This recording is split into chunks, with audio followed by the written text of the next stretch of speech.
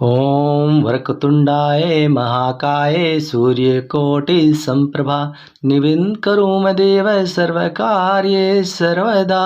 ओम गं गणपतये नमः।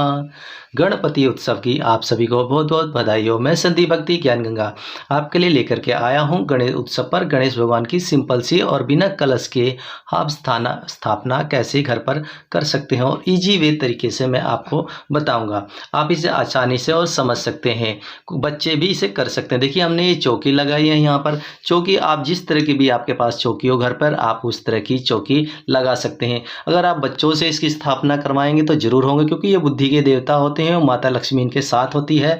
तो आप इनका अगर चौकी लगाएंगे, बच्चों से लगवाएंगे तो बिल्कुल आसानी से कर सकते हैं।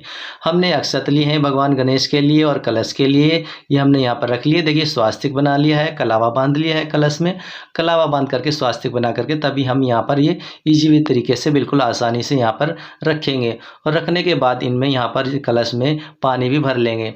पानी में अगर आप नहीं है सिंपल पानी भी भर सकते हैं, नहीं तो इसमें आप लौंग, इलायची, सुपारी, सिक्का, ये भी हल्दी डाल सकते हैं। नहीं तो आप सीधा चावल ही सीधा टूटे हुए ना हो अक्षत, ये ध्यान दीजिएगा कि आप चावल को सीधा से कलश पर हम रख देंगे। कलश पर रखने के बाद आप दीपक अवश्य रखिएगा या सिक्का अवश्य रखिएगा आपके पास हो, क्योंकि गणेश भगवान के साथ लक्ष्मी माता विराजमान होती है, तो लक्ष्मी माता जरूर होनी चाहिए। क्योंकि अगर आपको लक्ष्मी चाहिए तो आप इसे अवश्य कीजिएगा।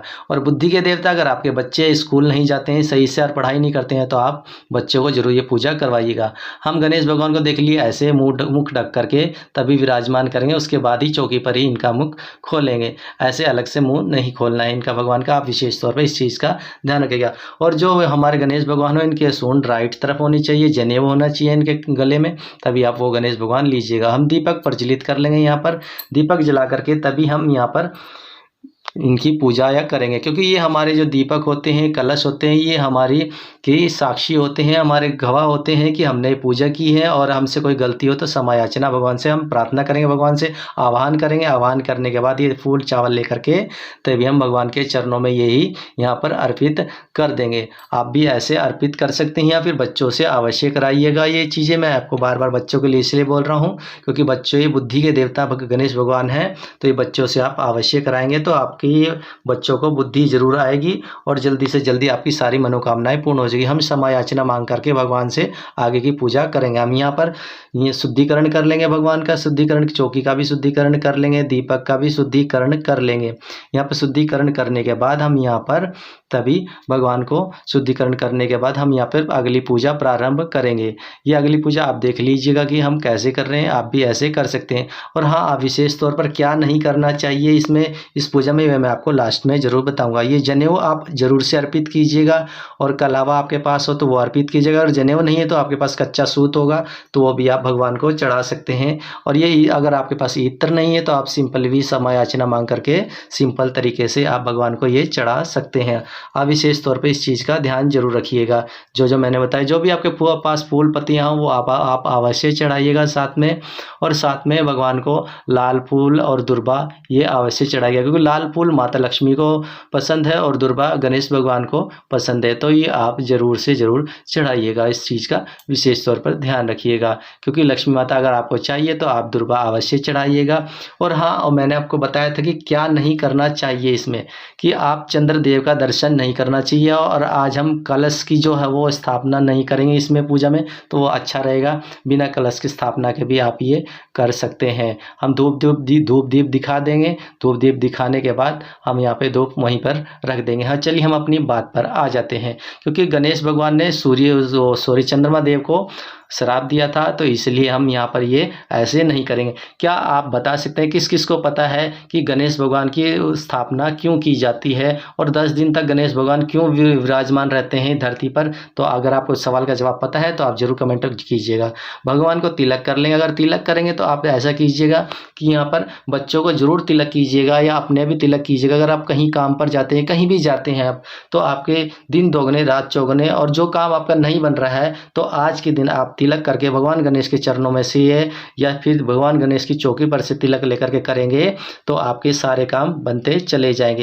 ये देख लीजिए हमने पूजा कैसे की। आप पूजा भी देखते रहिएगा, साथ साथ हमारी बातों पर भी आप ध्यान रखते रहिएगा कि क्या क्या बताया है।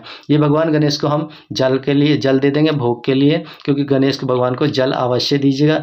इस दिन भगवान बहुत ज़्यादा तपिश होती है, इन 10 दिनों में भगवान बहुत तपिश रहती है भगवान में, तो इसलिए ज़रूर देंगे। जो भी फल हो आपके पास वो फल दे सकते हैं। मिठाई में आप कोई भी मिठाई हो आपके पास, मोदक हो, अगर आपके पास मोदक नहीं है, किसी भी तरह की पीले कलर की मिठाई हो, मिष्ठान हो, किसी भी तरह का मेवा हो आपके पास, वो मेवा आप अर्पित कर सकते हैं।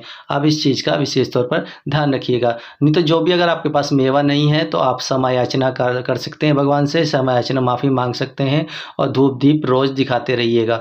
देखिए मेरे पास जो मिठाई थी तो मैंने वो मिठाई अर्पित कर दी है भगवान को, और आप इसी का ही भोग लगाइएगा। अगर आपके पास मोदक हैं तो ये आप अपने घर पर बनाए हैं मोदक या मार्केट से लाए हैं तो आप उसका भी भोग आसानी से लगा सकते हैं। तो चलिए, आपको पता है कि 10 दिन तक भगवान चतुर्थी या भगवान गणेश को क्यों विराजमान किया जाता है और 10 दिन के बाद क्यों इन्हें विसर्जन किया जाता है, तो क्या आप जानते नहीं जानते? तो चलिए मैं उसका जवाब भी दूंगा आपको। लेकिन जो भी आप गणेश भगवान विराजमान कीजिएगा तो मिट्टी के हों तो वो ज़्यादा अच्छा रहेगा, नहीं तो ऐसे किसी तरह के भी भगवान नहीं होने चाहिए, तभी आपको फल की जो भी फल है पूरा आपको प्राप्त होगा इस चीज़ का।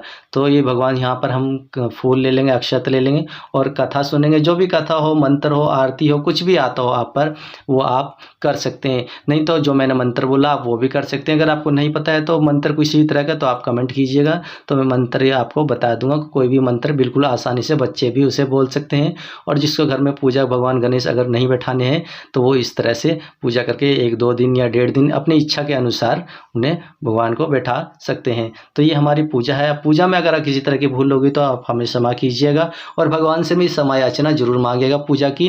अगर आपको हमारी वीडियो अच्छी लगी तो लाइक शेयर सब्सक्राइब अवश्य कीजिएगा, और कोई जानकारी है तो क्वेरी है तो आप मुझे ज़रूर बताइएगा। अनंत चतुर्दशी के दिन इनका पूरा यमुना जी में हम या गंगा जी में या फिर घर पे भी आप इनका विसर्जन कर सकते हैं। अगर आपको घर पर या यमुना जी में कैसे विसर्जन करते हैं इसकी वीडियो हमारी जल्दी आने वाली है, आप हमारे चैनल पर भी जा कर के देख सकते हैं। तो आपको पता है कि क्यों विसर्जन किया जाता है गणेश भगवान का, तो ये आप मुझे ज़रूर बताइएगा। अगर नहीं आपको पता है तो मैं आपको ज़रूर बताऊँगा। इसके लिए मैं स्पेशल अलग से अगर वीडियो बनाऊँगा, अगर आप कमेंट करेंगे मुझे या शेयर करेंगे या आप मुझे बताएंगे कि आप अलग से ऐसी वीडियो ज़रूर बनाइएगा, तो मैं आपके लिए ये सिंपल और इजी भी कोई भी घर पर आसानी से बिल्कुल कर सकता है। अगर आप घर पर ये या किसी तरह की छोटी सी पूजा बिल्कुल आसानी से पूजा मैंने आपको बताई है। अगर पूजा अच्छी लगी है तो लाइक सब्सक्राइब अवश्य कीजिएगा, और दूसरे को शेयर जरूर करते रहिएगा कि आपकी वजह से उसका भी भला हो जाए और पुण्य की प्राप्ति आपको उसमें भी पुण्य मिल सके। अगर आप दूसरे को शेयर करते हैं उसमें भी आपको पुण्य की प्राप्ति मिलेगी, क्योंकि अगर हम किसी और का भला करते हैं तो भगवान हमारा भला अवश्य करते हैं। आप एक बार भला करके देखिएगा कि उसका कुछ न कुछ आपको फल मिलने वाला है। और बच्चे इसे अवश्य कीजिएगा रोज रोज पूजा को। जब तक अगर किसी बच्चे की मंदबुद्धि है तो वो अवश्य इस पूजा को जरूर कीजिएगा। नहीं कर सकता है तो डेली माथा टेक करके गणेश भगवान का नाम लेकर के अवश्य स्कूल